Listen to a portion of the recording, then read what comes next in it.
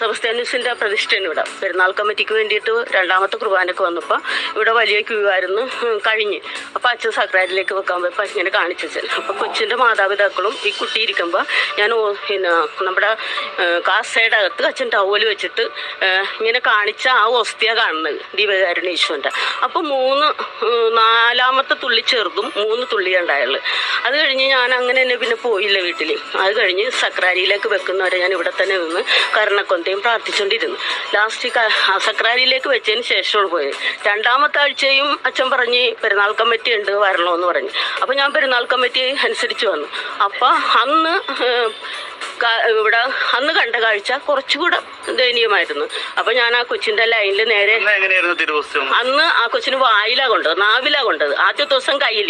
അപ്പോൾ എൻ്റെ ഇളയമോൻ്റെ മോൻ ഇങ്ങനെ കാണിച്ച് ഇപ്പം ഈ ചേട്ടൻ്റെ അച്ഛനൊക്കെയാണ് അവിടുത്തെ മോള് ഇങ്ങനെ കാണിച്ചപ്പോൾ അവരുടെ ഇതായിരുന്നു കാഴ്ചവെപ്പ്. ഞങ്ങൾക്ക് ഓരോ ക്ലാസ്സിലെ കുട്ടികൾക്കാണ് അവരുടെ കാഴ്ചവെപ്പായിരുന്നു. അപ്പോൾ യുസ്വാൻ്റിന് ഇങ്ങനെ കാണിച്ചു കഴിഞ്ഞപ്പോഴേക്കും ഇവനെ കാണിച്ചപ്പോൾ ഇവനെ കൈയിട്ടൊരു തട്ട് കൊടുത്തു. അപ്പോൾ ഞാൻ വീട്ടിൽ വന്നപ്പോൾ പറഞ്ഞു നീ ഈശോനെ തട്ടിയല്ലേ എന്ന് പറഞ്ഞപ്പോൾ കൊച്ചു അന്ന് തൊട്ട് പിന്നെ ഭയങ്കര സങ്കടവും വെള്ളം പോലും കുടിക്കാൻ. നാവിൽ തിരുവസ്തു വന്നു കഴിഞ്ഞപ്പോഴേക്കാണ് ഇങ്ങനെ കയ്യിൽ കണ്ടു കഴിഞ്ഞിട്ട് അത് കഷ്ണം ഒരു നീളത്തിലെ കഷ്ണം ഇട്ടാണ് കാണുന്നത്. അത് കഴിഞ്ഞ് ഇപ്പം 3-ാമത്തെ ആഴ്ച വട്ടമായിട്ടുള്ളതല്ല. അപ്പൊ അച്ഛനോട് തോണ്ടി വന്ന് പറഞ്ഞു കഴിഞ്ഞപ്പോഴേക്ക് അച്ഛൻ തിരിച്ച് ദിവ്യപൂജയുടെ കർമ്മങ്ങളെല്ലാം കഴിഞ്ഞതിന് ശേഷം വന്നേച്ചു അച്ഛൻ ഇത് നാവിലേക്ക് തുപ്പി മേടിക്കണേത് നാവിൽ നിന്ന്. അപ്പൊ ബ്ലഡ് ഉണ്ടായിരുന്നു, കൊച്ചിന്റെ വായിൽ ബ്ലഡ് ഉണ്ടായിരുന്നു. ഈ തുപ്പിയ ബ്ലഡ് ഒരു നീളത്തിൽ കണ്ടു. അപ്പൊ അതങ്ങനെ തന്നെ അച്ഛൻ കൊണ്ടുവന്നേച്ചും അന്ന് കുറേ അധികം പേരെ കാണിച്ചു കഴിഞ്ഞ് ഒരു 1:30 മണിയോടുകൂടെ ഞാൻ അത് കഴിഞ്ഞും ലാസ്റ്റ് സക്രാരിൽ അടക്കി പിന്നെ പോയത് 1:30 മണിയോടുകൂടെ കഴിഞ്ഞു. ഈ പ്രാവശ്യം ഞാൻ വീട്ടിലിരിക്കുകയായിരുന്നു. അപ്പോൾ പെരുന്നാൾ കമ്മിറ്റി ഉണ്ടെന്ന് ഈ പ്രാവശ്യം പറഞ്ഞിട്ടുണ്ട്. അപ്പോൾ ആദ്യത്തെ കുർബാന കഴിഞ്ഞിട്ട് ഈ കൊച്ചാനോട് ഒന്നിച്ചു അമ്മമ്മ ഇത് ഇന്നും കണ്ട അഗ്നിസാൻറ്റിയുടെ വായിലെന്ന് പറഞ്ഞു. ഞാൻ അങ്ങനെ തന്നെ എങ്ങനെ വന്നെന്ന് പറയാൻ പറ്റില്ല. ഞാൻ വേഗം വീട്ടിൽ നിന്ന് വേഷത്തിൽ അങ്ങോട്ട് ഒരു സാരി വലിച്ചു കൂടെ കൊടുത്തു. ഇവിടെ വന്നു കഴിഞ്ഞപ്പോഴേക്കും ഞാൻ കാണുന്ന കാഴ്ച ഭയങ്കര ജനങ്ങൾ വന്നു. അപ്പോൾ ഞാൻ ചെന്നിങ്ങനെ നോക്കിയപ്പോൾ കുറച്ച് തുള്ളി ഉണ്ടായുള്ളൂ, ഇത്തിരി ഉണ്ടായിരുന്നുള്ളൂ. അത് കഴിഞ്ഞു അവസാനം ഭർത്താവ് പറയാം അവസാനം കണ്ട കാഴ്ച ശരിക്കും വേകുല മാതാവിൻ്റെ ഹൃദയത്തിലെ ലവ് ചിഹ്നത്തിൽ കട്ടച്ചുവപ്പ്. ഞാൻ 5:45 പിതാവിൻ്റെ വണ്ടി അവിടെ കൊണ്ടുവന്ന് ഹൃദയത്തിൻ്റെ രൂപത്തിലായിരുന്നു.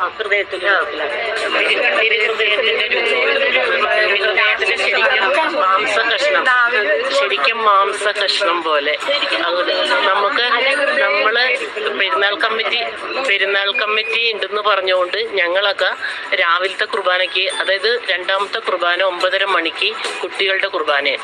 അപ്പം രാവിലത്തെ കുർബാനയാണ് ഇടവക വലിയ ആൾക്കാർ മുതിർന്നവരുടെ. അപ്പം ഞങ്ങളൊക്കെ രാവിലെ വന്നെ. അപ്പം പെരുന്നാൾ ഈ അച്ഛൻ വന്നിട്ട് 1 മാസമായിട്ടുള്ളൂ.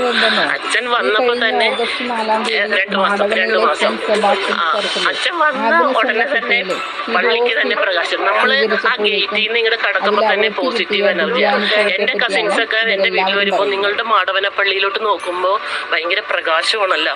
അപ്പം ഞാൻ പറഞ്ഞ അച്ഛൻ മാറി, പുതിയ അച്ഛനാണ് വന്നേക്കണത്, അതിൻ്റെ പ്രകാശമാണ്. അച്ഛൻ വെളുപ്പിനെ തന്നെ ഇവിടെ പ്രാർത്ഥന തുടങ്ങും. 5:45 ആരാധന തുടങ്ങും. 6:20 ആരാധന.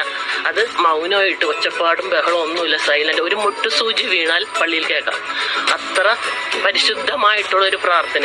അപ്പം ഞങ്ങളൊക്കെ 6:30 വന്നിരുന്നവരാണ്. എന്നും 6:30 വന്നത്. പക്ഷേ ഇപ്പം 5:45 തന്നെ വീട്ടിൽ നിന്ന് പോരും ആരാധനയിൽ പങ്കുകൊള്ളാനാണ്. അത്രയ്ക്കും നമുക്ക് ഒരു പോസിറ്റീവ് എനർജിയെ പള്ളിയുടെ അങ്കണത്തിലോട്ട് വരുമ്പോൾ തന്നെ. ഈ ഇന്നലെ